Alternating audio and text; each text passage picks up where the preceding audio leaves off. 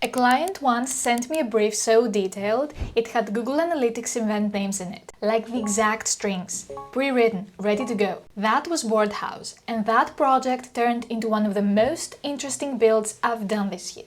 I am Georgia, I'm a digital product designer and framer expert, and today I want to walk you through the Boardhaus landing page, what the brief looked like, how I built it, where things got hard, and what I do differently. Whether you're a founder thinking about your own launch page, or you're just curious what this kind of project actually looks like, stick around. So, Boardhaus. The concept is a progression platform for adult riders, surf, skate, and snowboard. One system across all three disciplines. The target audience is people who've been riding for years but feel like they've plateaued and don't really know why. It's a genuinely good idea and they had thought a lot about it. The goal for the page was pre-launch. Capture emails, introduce the brand, and give people the option to become founding members. No complex flows, just land, get interested, sign up, or buy in. The spec they sent over was probably the most thorough I've received, like typography scale, brand colors with exact hex codes,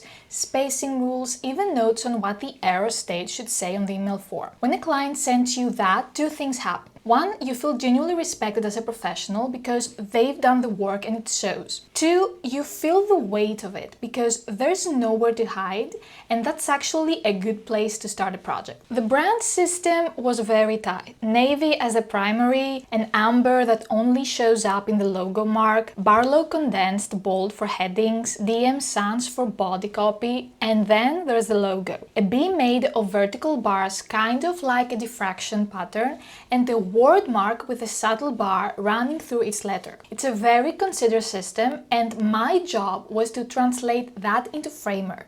The part I actually enjoyed most was getting the visual language consistent, making sure the page felt like it belonged to the brand system, not just used the colors. Because there's a difference here. A page can use the right colors and still feel off if the proportions are wrong or the white space doesn't match the brand's personality. That part took time, but it's the kind of time that shows. Now the challenge is... The email form was the first one. Boardhaus had a specific idea about it should behave, what the error message said, what the success state looked like, how the whole thing felt to use. Getting that right meant building it properly from scratch, making sure it worked for everyone and held up under real conditions, the stuff you don't see when you're just looking at a page. So the second challenge was analytics. Yes, the goal was for them to be able to see in their dashboard exactly where people were in the process. Did they start filling in the form and leave? Did they make it all the way through it? That data matters a lot when you're early and trying to figure out what's working. Getting it set up correctly took a few rounds of testing, but when it's right, you're not guessing about your page.